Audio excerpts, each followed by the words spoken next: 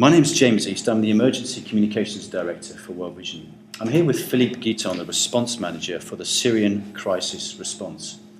Philippe, tell us about some of the challenges that are being faced by Syrians today. As you know, the crisis in Syria has been going on for 2 years. It is a civil war, and the results, the situation right now is that 6.8 million people have been directly affected by the war. Out of 6.8, 1.4 million have crossed borders into neighboring countries as refugees, and the rest is internally displaced or is staying in their home, half destroyed in the middle of the war.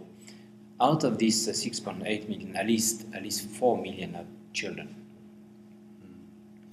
Tell us about the specific problems that children are facing. We hear there's some 8,000 people crossing the borders from Syria into neighbouring countries.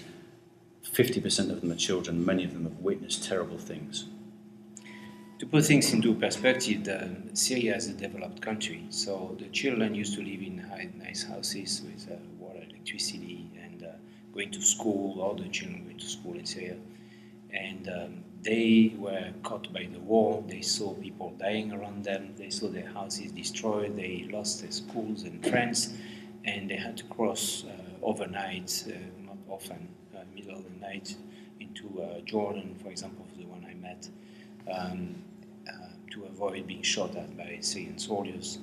They have been incredibly traumatized in the process, and they're struggling to try to get a normal life in the refugee camps, but it's definitely not a normal life there. And how is World Vision trying to meet their particular needs?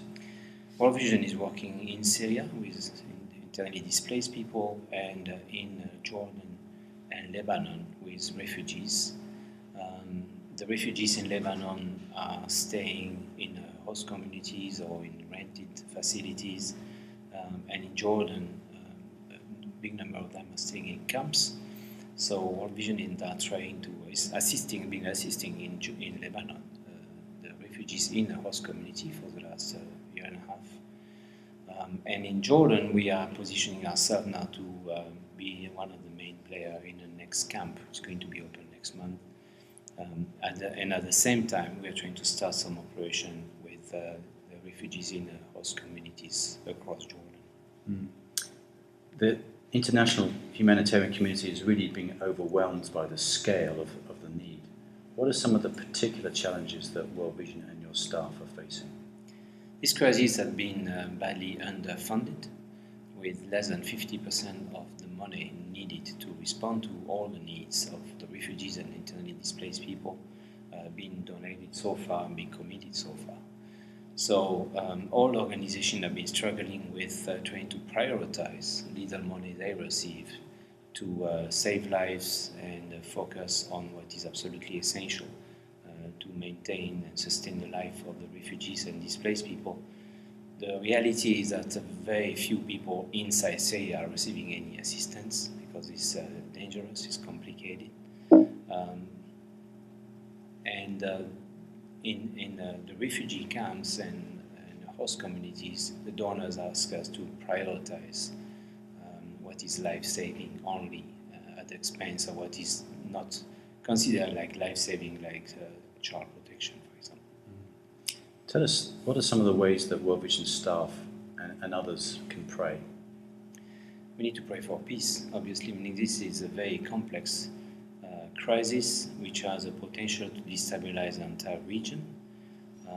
And there are so many interests at stake and many players, external players, who want to have a say in what's happening in Syria that is very complex to have all the parties coming to an agreement. So we need to pray for peace. Once peace is there, meaning we'll be able to help people recover and transition back into Syria and reconstruct their life. Peace is the first and essential piece. Well, thank you, Philippe, for this update, and we wish you all the best as you respond to this emergency. Thank you.